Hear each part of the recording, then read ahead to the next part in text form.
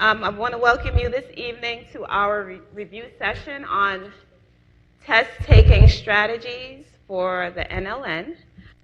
And tonight we're going to go over quite a bit of information that will hopefully help you, not just for this particular test, but hopefully there are strategies that you can use even beyond taking the NLN pre-entrance exam. But just a few disclaimers before we get into everything. When we talk about test-taking strategies, I want you to know there isn't a pass the test quickly scheme. I don't have tricks that you can use for the NLN. These are really strategies that will help you for test-taking in general. And I hopefully you'll take that away from this session. Also, this session is a little different than the other sessions that you may have attended. How many of you have attended the math and the verbal sessions? Okay, test-taking strategies is a little different in that it's not as concrete as you might find in the other sessions. You know, math is math, 1 + 1 = 2. English, there are certain grammar rules that you have to follow. But test-taking strategies can be somewhat subjective. It really depends on you as a person. So the strategies that might work for one individual may be different for someone else. So this evening, as we're going through some of the information, you should look at it through that lens. You know, what works for me and what can I take away that will be helpful for me as far as preparing for the test as well as taking the test. So I've broken up the session into 4 sections. And to begin, we're going to take a look at ourselves. Then we'll look at ourselves as it relates to the NLN. Then we'll go through some general test-taking tips and strategies, and then if we have time at the end, we'll have a little practice. So any discussion about test-taking strategies and tips, I think we cannot begin unless we talk about something that I see a lot of students experience, and that's testing anxiety. And I work in advising. I don't know if I introduced myself. I'm Sharice Hobson, and I work as a counselor in our advising department. So if you've been over to the W building, you know, there are several of us there to help you. I may have met with some of you at some point in time. But testing anxiety is something that I hear a lot of students express on a regular basis. Students will come in and say, I'm not doing well in my class. I know the material. I understand it when I'm doing my assignments, but when it's time for the test, what do you think they say happens? They what? They go blank. They forget. It sounds like that happened to you. They go blank. They can't remember. They get nervous. And then they say, I must have test anxiety. Well, there is a notion of test anxiety. However, true test anxiety is a diagnosis. It's a disorder that some people actually have. And if you truly have that, then it should be diagnosed, and there can be accommodations given to you if it's a true diagnosis. But how many of those students do you think truly have testing anxiety? Do you think the majority? Why do you think students feel that way? What do you think causes them to feel that they have test anxiety? Any ideas? What do you think causes it? What's that? Not being prepared enough. What else? What's that? Coffee. Too much coffee. Sorry. Any other thoughts on that? What else might cause test anxiety? Depression? Oh, pressure. Yes, the pressure of doing well on the test might cause one to feel like they have test anxiety. But again, test anxiety, or what some believe is test anxiety, could be attributed to other factors. So I'm going to show you a short video related to this, and then we will have a discussion.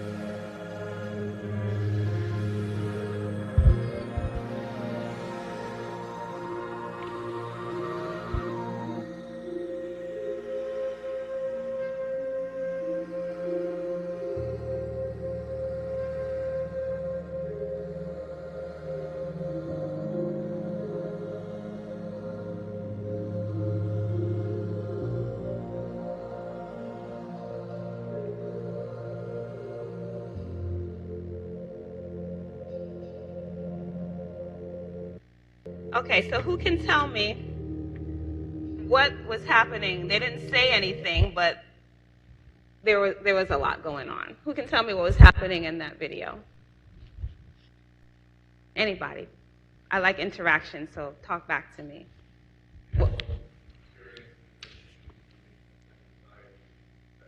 Okay, correct. Well, the one young lady in particular, I think it's very funny, but that's just me. What was going on in her head?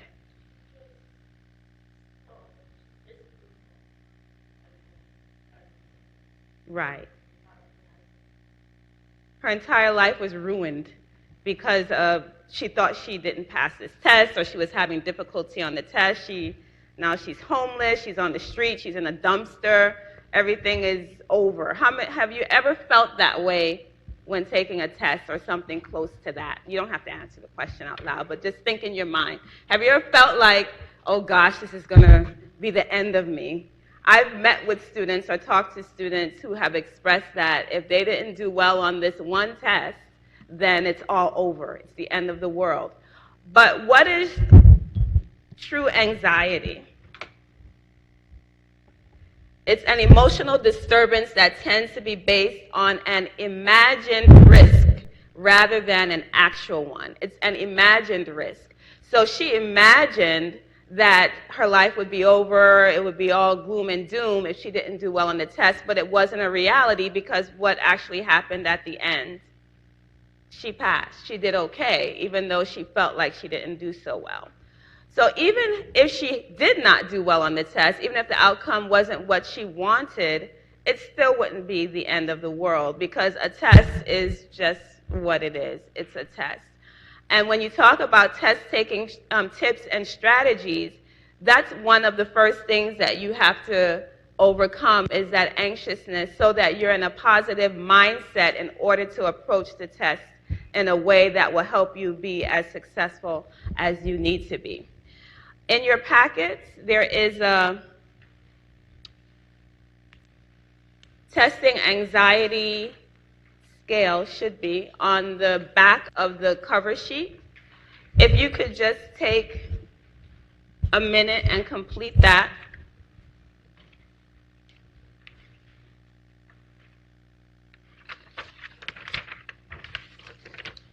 So you're going to rate how true each of the following is of you, from extremely or always true to not at all or never true, and then use the 5-point scale to do that. And circle your answers. Then at the bottom, you have to sum up the 10 questions and divide the sum by 10, and this will be your test anxiety score. So just take a few minutes and complete that exercise.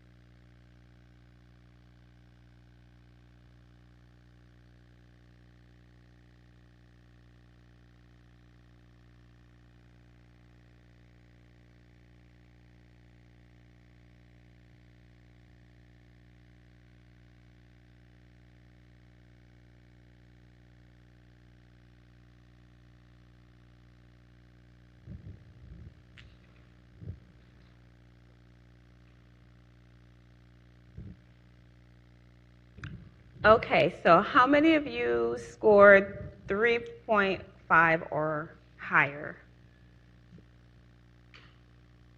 Okay, that's not too bad. What about 3.0, between 3.0 and 3.4? What about a 1.0? Okay, so let me show you what your results mean. So if you scored a 4.0 or higher, you have extremely high anxiety. 3.5 to 3.9 is just high, and then so forth. So anyone who's between 3.5 or 3.9 could benefit from some stress-reducing strategies so that you can do better on your test. Now, is it okay to have some stress when you're taking a test? Yes.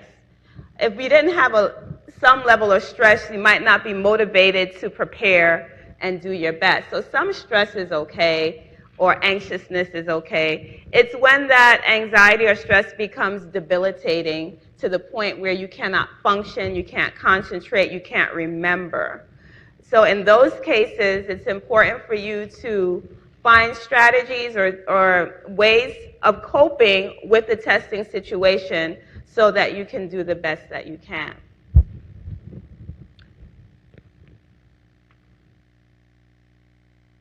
So reducing test anxiety. The number one key to reducing test anxiety is to be prepared. If you have not prepared for the test, then yes, you probably should be a little anxious and overwhelmed. But true preparation is the first step in any testing situation. And then in order to be prepared, you need to space out your studying over days or weeks, depending on how much time you have to prepare. If you're only waiting until the week of the exam or a couple of days, then of course your anxiety level will increase. You need to space it out over a time period. If you're in your classes, you have a syllabus that tells you when assignments are due, when tests are coming up. So really, there's no excuse for you not to space that out. And I know that life is busy and we all have things going on. But to reduce your anxiety, it's important to space out your studying. Continuously review the material. Because if you looked at it last week, you need to refresh your memory and continuously look at the material in order to keep it alive.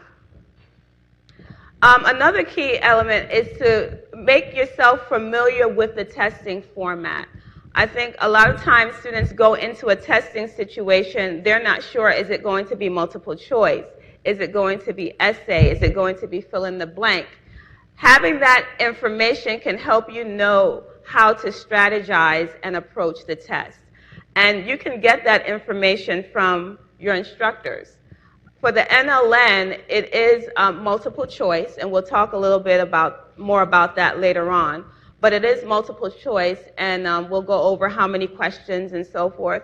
But knowing that it's multiple choice, knowing that you don't have to go in and write an essay, you don't have to go in and fill in any blanks. With multiple choice, the answers are right there. The right answer is in front of you. You just have to select the correct one. So that in itself can reduce some of your anxiety, knowing that the answer is in front of you if you just pick the right one. Knowing the format helps.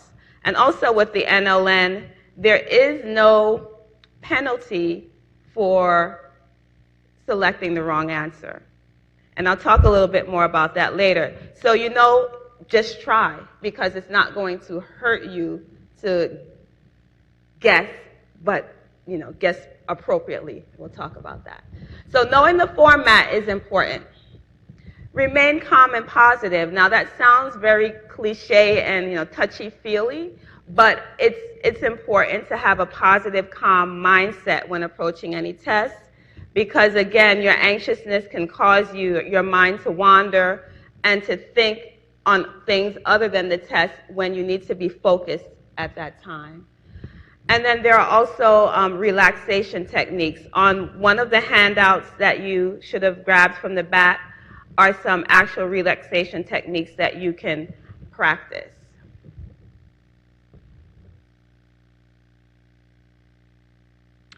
And many people become anxious over testing even when they know the material because they feel they are not smart enough.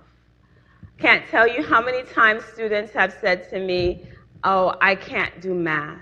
I'm not good at, that's the big one, I'm not good at math. I don't want to do math this semester because I'm going to fail and I don't want to fail. I'm going to wait another 10 years to finish my degree because I don't want to do math. I'm not smart at math. But that is not necessarily the case. If you're not good in a particular area, or I shouldn't say good, if that's not your strength, it doesn't mean that you're not smart enough. It just means that you have to find a way to maximize your strength so that you can compensate for the areas that you might need more work in. So it's not how smart you are that matters. What really counts is how you are smart. It's how you use your strengths to compensate for the weaker areas. So what we're going to talk a little bit more about now are what we call multiple intelligences. And this relates to test taking because we all have different ways of learning. We all have different ways of studying. And we can use those methods to help us prepare for tests as well as take tests. And there are 8 multiple intelligences. Have any of you ever heard of this before? Anybody? Just 1 or 2, 3? Okay. There are 8 multiple intelligences that we'll look at. And each of us has strengths in each of these areas. But some of us are stronger in some areas than others. I'm going to show you another short video that explains this in a little bit more detail.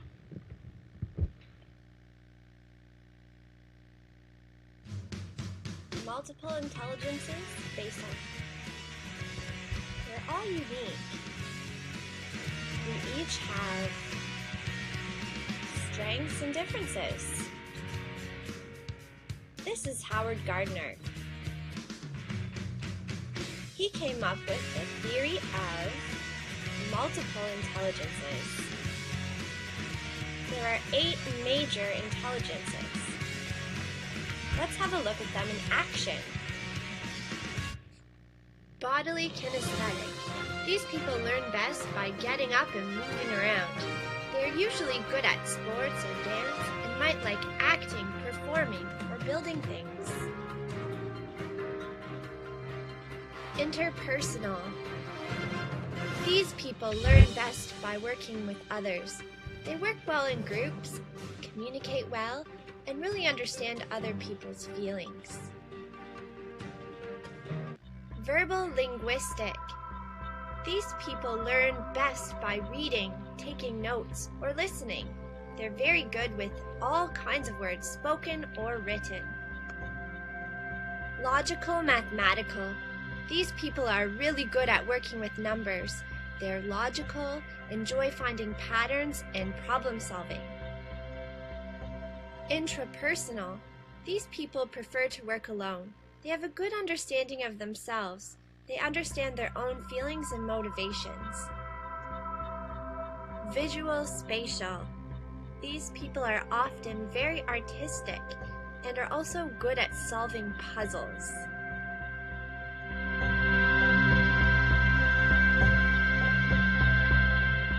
Musical. These people enjoy singing, playing instruments, and composing music. Naturalistic. These people are sensitive to the world around them. They learn best when they can make connections with nature.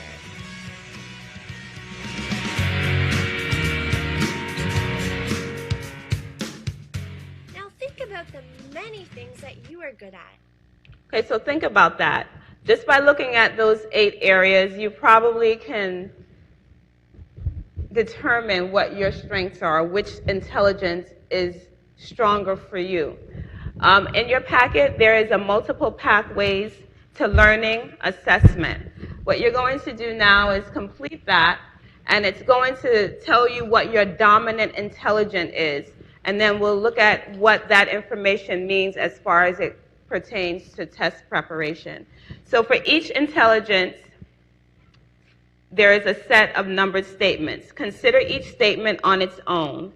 Then on a scale from 1 being the lowest to 4 being the highest, rate how closely it matches who you are right now and write that number on the line next to the statement. Finally, total each set of 6 questions. Enter your scores in the grid on the next page. You're going to enter your scores on this page, and that will show you what your dominant intelligence is.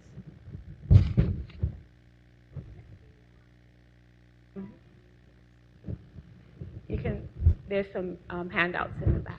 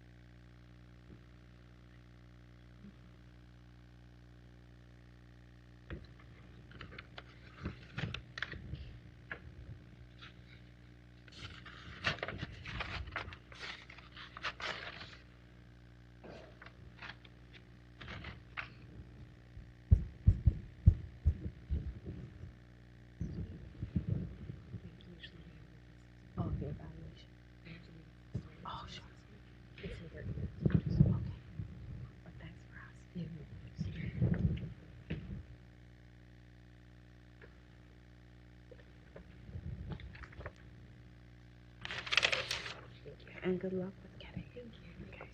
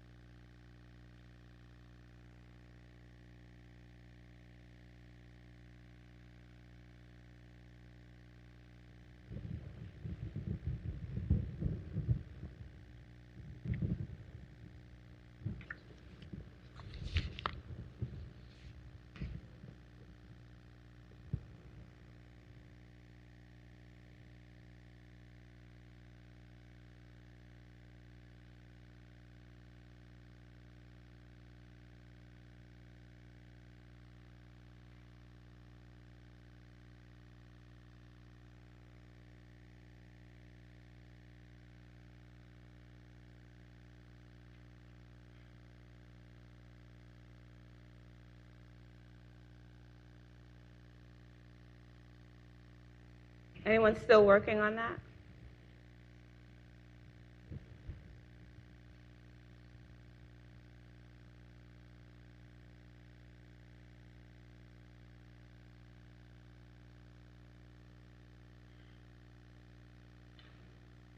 Okay, so how many of you scored what you expected you would score on that? Just listening to the topics. Okay, anyone get results that you don't think were accurate? Okay, because we pretty much know what our strengths and our weaknesses are by this time in our lives. But we might not know how to utilize those strengths and apply them in ways that will compensate for our weaker areas. When I did this, and I've done this a couple of times, I don't really have any strong strengths. I'm not highly developed in any area. I'm moderate in verbal, linguistic, musical, interpersonal, and intrapersonal. What do you think that means? Isn't that kind of contradictory? What do you think that means? Mm-hmm. Right. Right. So that means you can go, you're okay either way. Whereas some people who really need to be alone in isolation in order to concentrate and focus, and the distractions of a group doesn't work well for them. So everyone is different in how they approach learning and testing situations. If you look on the next page, you'll see multiple intelligence strategies for test preparation. So they have it broken down. So if you know what your strengths are based on the results of the assessment, then you can look at the strategies that are recommended for your particular dominant intelligence. So if you're a verbal linguistic, how many of you are verbal linguistic? Okay.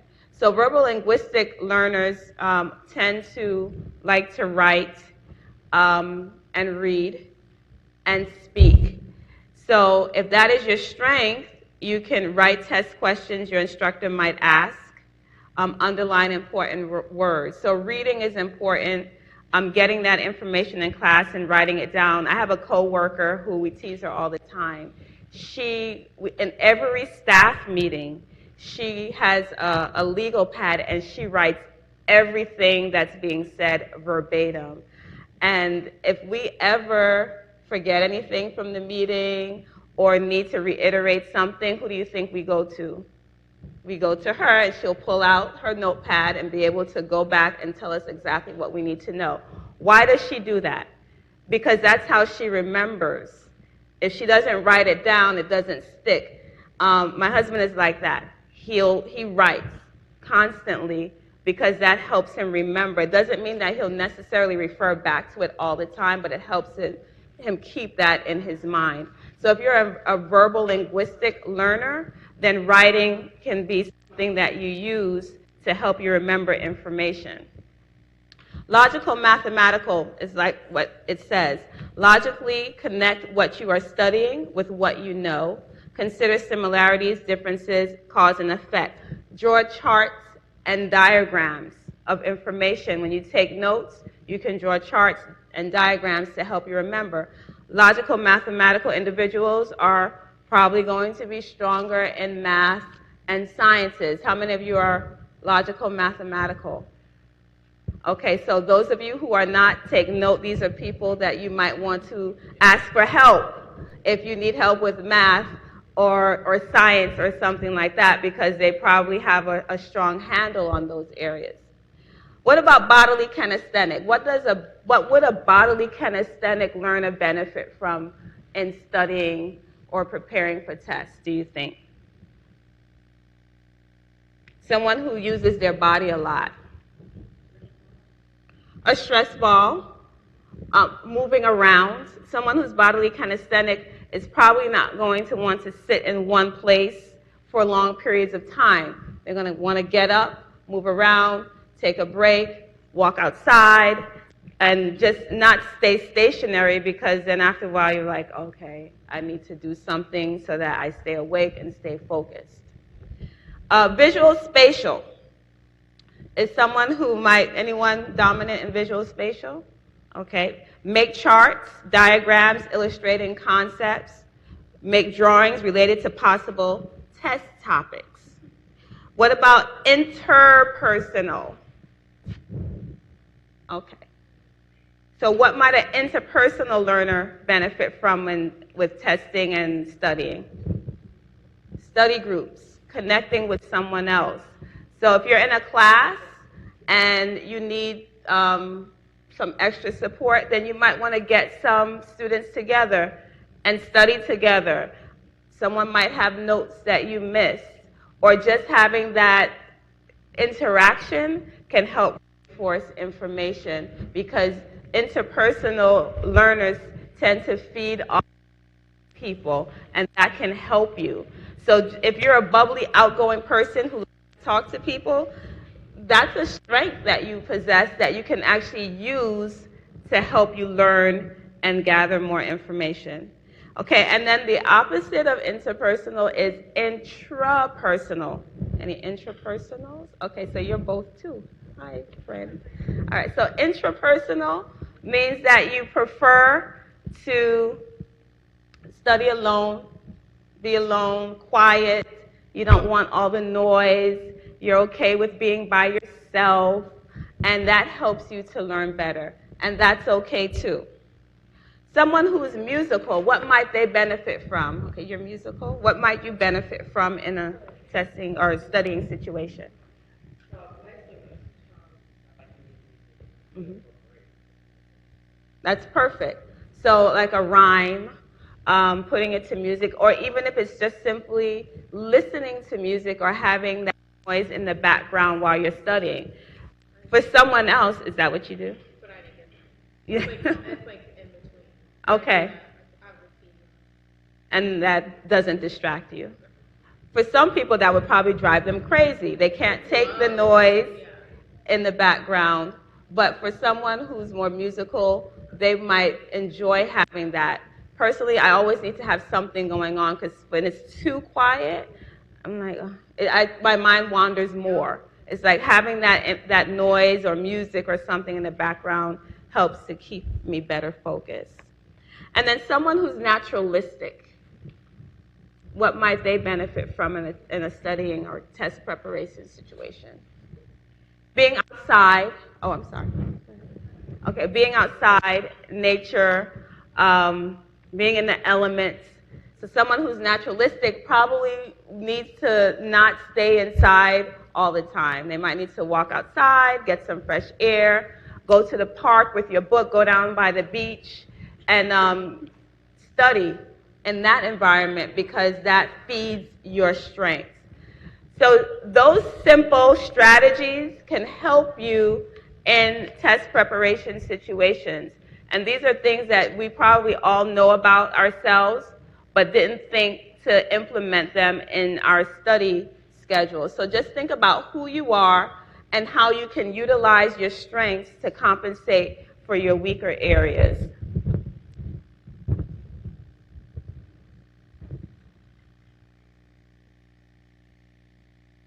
And so far we've talked about testing anxiety and our multiple intelligences. So how can we use this information to prepare for the NLN exam? Why is this important? Well, first of all, you can organize a study schedule based on your dominant intelligence, as we just discussed. And then you can reduce your testing anxiety by becoming familiar with the test. So we're going to become a little familiar with the test now. Have you, any of you done any research on the format of the test? Anyone? Okay, 1, 2. And has anyone taken the test before? Okay, just one. Okay, so for some of you, this is going to be new information.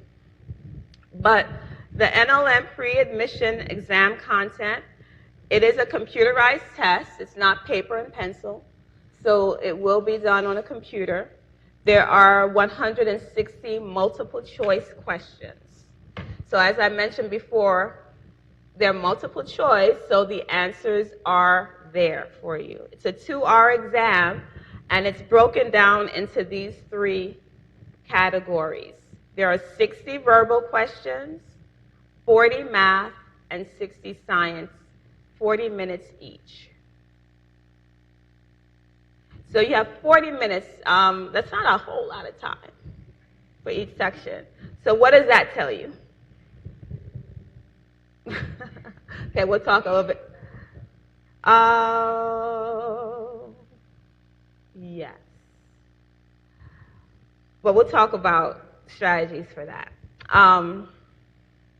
Yeah, 40 minutes. So you have to pace yourself, basically, with 40 questions, and understand that you can't spend an infinite amount of time on one question if you want to maximize your time. Let's look at the verbal section and what's going to be covered there. So there are 60 questions, 40 minutes each. The verbal section is divided into 2. Word knowledge, which will measure your ability to identify the meaning of a word as it's used in a sentence. So that's basically vocabulary. And then reading comprehension, where you'll have several passages which can be of a scientific nature or it could be general. And that will measure your ability to understand written material. So you'll read a passage, they'll ask you questions about the passage. Again, the answers are right there. You read it for understanding as much as possible, and you answer the question. So vocabulary. Vocabulary is something that you've probably heard about since you were in kindergarten. You learn your words, but it becomes more critical as we get older and we're expected to know more words and more difficult words. So how do you increase your vocabulary skills? You have to make it fun for yourself if you can. But nothing increases your vocabulary more than reading. Read as much as possible, whether it be magazines, newspapers, literature. The more you read, the more your vocabulary will increase. You can use flashcards. Any of you use flashcards? Do you find them helpful? Okay, so using flashcards can be helpful as well with words that you're trying to remember, words that you're trying to learn. Keep a vocabulary journal. So if there's a word that you come across, a new word, keep a journal of it so that way you can remember it. And use new words in everyday conversation. There's nothing that reinforces vocabulary more than actually using it. Whenever I hear a new word, I like words, maybe I'm a nerd, but when I hear a new word, then I try to use it myself in the same context. Or if I'm listening to someone speak, if there's a presentation and they say a word I've never heard, I go look it up. Maybe so I can better understand what they're saying, I'll go look it up and then I'll try to use that, and maybe hopefully I'll sound a little smart too. But use it in everyday conversation. Use a dictionary often, and then there are also online and mobile resources that you can use. There's one site, it's freerice.com, it's a weird name, where you can practice vocabulary. So you go on and there are multiple choice questions. So a word comes up, you click on the right answer, and for every right answer, 10 grains of rice are donated to a charity. It's kind of neat. And as you answer the words correctly, the words get harder. So that way, it's building your vocabulary knowledge. Another resource is Quizlet.com. Anyone heard of that? Okay, everybody, good. Have you tried to use it for the NLN preparation? When I looked at it the other day and I just put in NLN, a lot of information came up for the NLN. So you can use that also as a practice for you to build vocabulary, and I think they also had other sections as for science and math in there for the NLN. So there are lots of resources out there now, and these are just a couple that I've used myself that I thought would be helpful for you. But there's nothing that helps to build your vocabulary more than practice, using flashcards and reading, and incorporating those words into everyday life. Okay, reading comprehension. Reading is crucial to anything that we do in education and even in everyday life. But for the NLN, you're going to be reading to get to the answers. It's not like you're reading so that you can learn and walk away with some great, profound understanding of a topic. You want to read because you only have a short period of time. It's 40 minutes for both the vocabulary and the reading comprehension. So figure that. So you want to get to the root of what the passage is saying and answer the questions. So the first thing you want to do is interrogate the passage. You're asking of who, what, where, when, why, and how. And these questions will help you to organize the details as you find them. And then you need to find what is the author trying to say? What is the main idea? What is the purpose of the passage?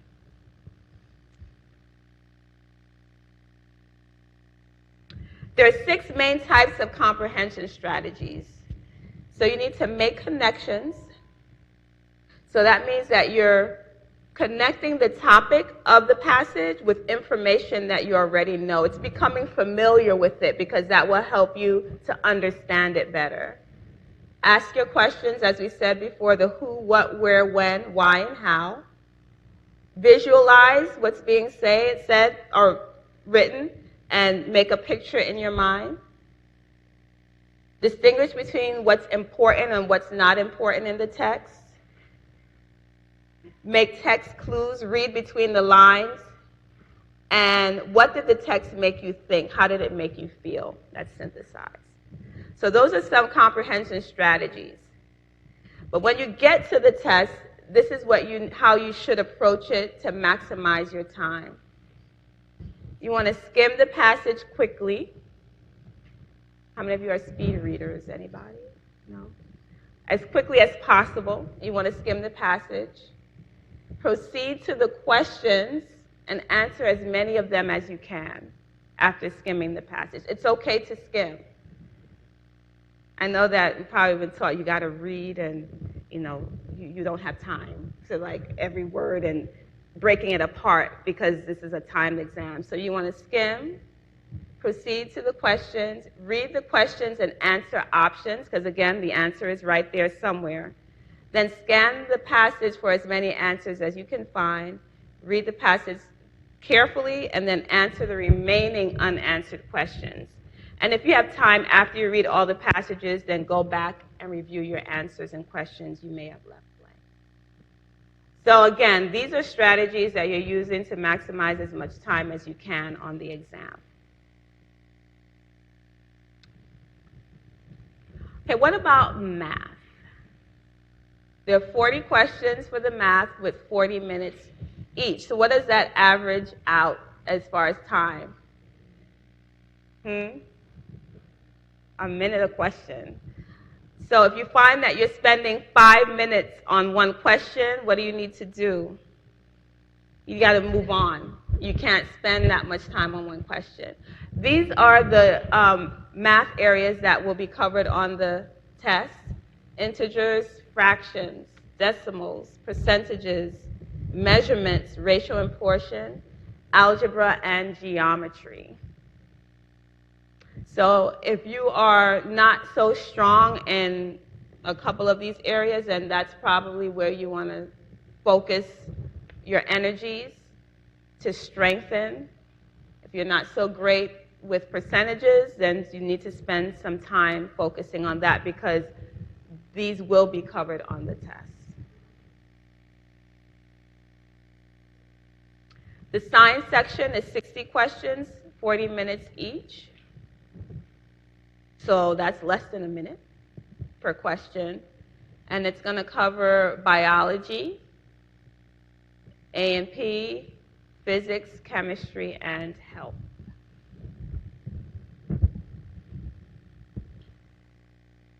Okay, so strategies for the math and science sections. There is nothing that can prepare you better for math than practice, practice, practice.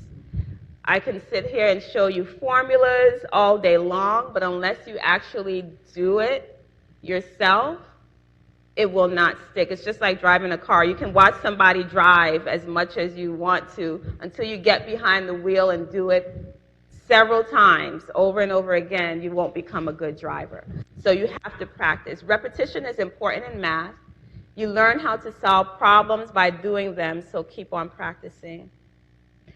Make sure you know when and how to use a certain method to solve a problem. And make up a sheet with formulas, because you know you will have formulas. You need to know and memorize all the formulas on the sheet as much as possible. On the day of your test, you want to do a memory data dump, which is where you know the formulas, and if you can, write down the information so that you don't forget.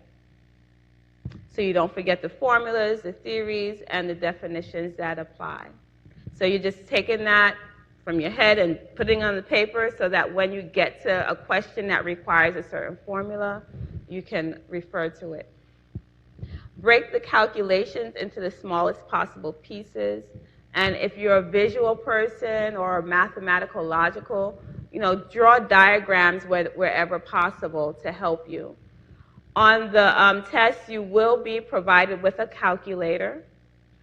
So yes, you can't use your own. So you can use a calculator, but they will provide that for you. So hopefully that will reduce some of your anxiety about the math.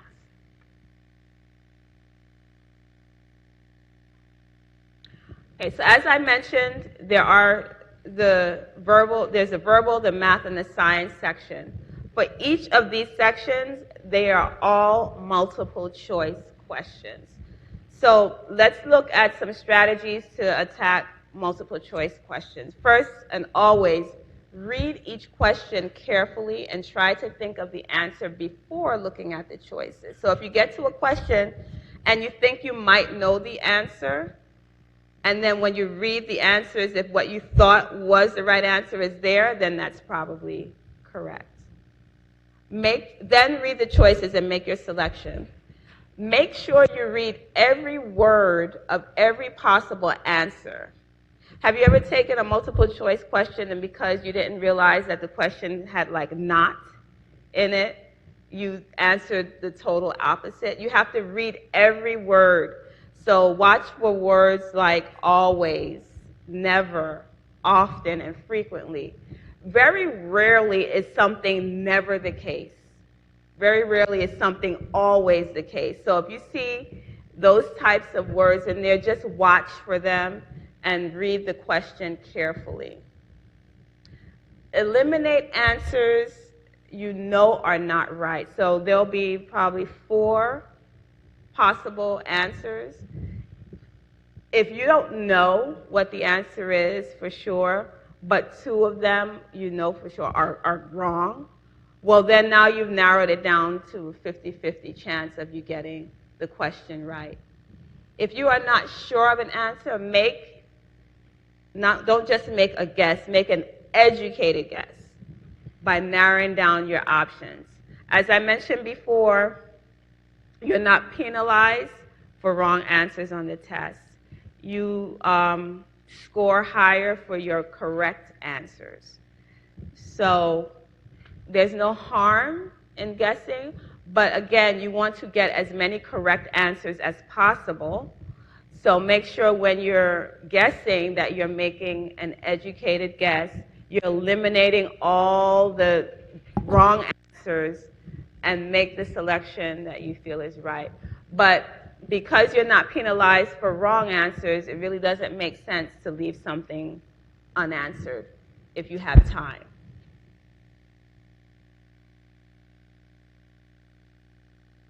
Okay, so these are just some general tips before the test.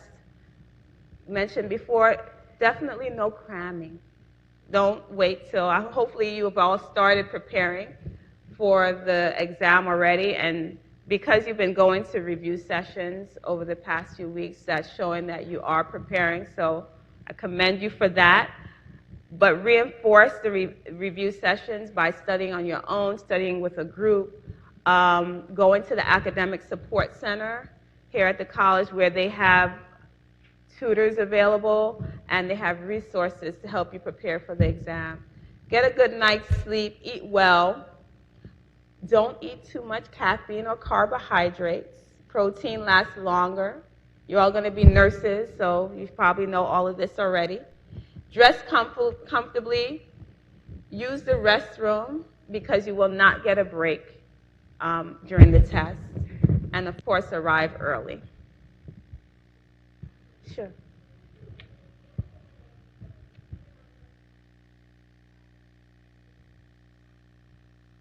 No, it's not. It's just a test bank. Yeah, and I knew that question was going to come up, and I verified it. So yeah, no, it doesn't get harder.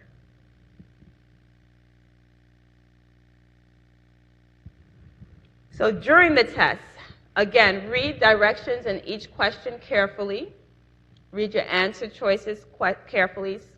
Skip difficult questions if you can. Don't spend a whole lot of time on the hard questions. Get to the ones you know.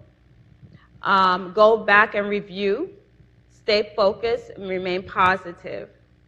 And use all the time allotted to you. If you might notice that people are like finishing earlier before you, which I don't think that'll happen on this because you don't have a lot of time anyway. Don't let that be a distraction because you don't know what they got. You know, they could have bombed the test. So use all the time allotted to you.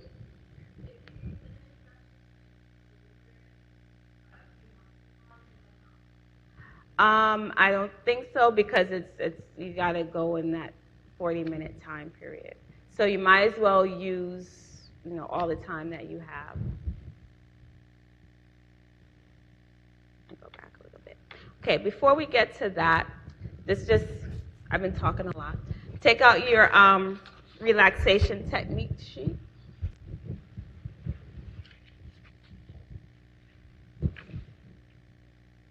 You can put it right there. Thank you. Okay, let's just do the first one. This is a practice for you. So you're at the test, the day of the test, and you feel like, okay, I'm nervous, and I hope I do well. This is just a quick relaxation technique, and it's also to give you a little break from me talking. Sit up straight in your chair. Place both feet on the floor, making sure they are flat. Grasp both sides of your chair with your hands. At the same time, use your hands to pull up on the chair and push your feet firmly down onto the floor. Hold this position while counting slowly to 5. Then release the tension in your hands and feet and let your body relax while counting slowly to 5. And then repeat the process several times before the test begins. So that's a quick relaxation technique. Let's do one more. Deep breathing. Inhale, taking a deep breath that fills your diaphragm as you push it down and outward. Hold your breath as you slowly count to 3. Slowly release the air as you inhale. Focus on the feeling of your diaphragm moving back inward. Repeat the cycle 5 times and then more if needed. Okay, so on this sheet there are several relaxation techniques that you can actually use if you feel that you need it to relax your body and help you stay focused before an exam. And on the back, there are some long-term relaxation techniques. Positive talk, which is when you're telling yourself that you will do well, that you can do well on the exam. So just keep that handy in case you need to refer to it. Okay, now I usually like to spend the last portion with a little practice. And then I'll give you some other resources that you can use to help you study. Here I have some actual NLN sample questions that you can work on this individually or with a partner if you choose. Of course, when you have the exam, you won't be able to work with a partner, but you can for the purpose of this. And I'm going to time it. And what this will do is give you an idea of how quickly you are able to move through answering the questions, and then help you determine how you need to monitor your time for the actual test. So I'm going to pass these around. Then once everyone has it, I'll start the time and I'll tell you how much time you have. That should be enough.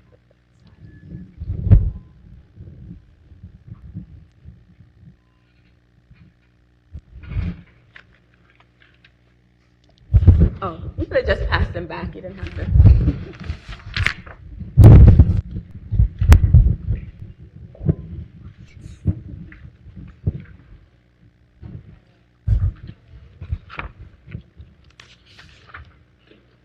Okay, and this is broken up into 3 sections, the verbal, the math, and the science. So you have a few questions for each of the areas. And at the top, I have I reiterate, did you get one? You can give it to me. I'll give it. Oh, thank you. If anybody else needs one. Oh, okay. Thanks. And I have the answer key to these as well.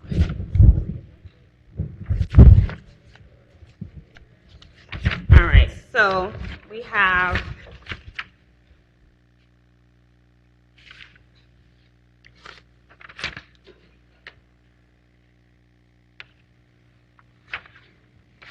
the time is now, we're going to go to 7. So that gives you about 25 minutes to see how many questions you can complete in that amount of time. So 1, 2, 3, go.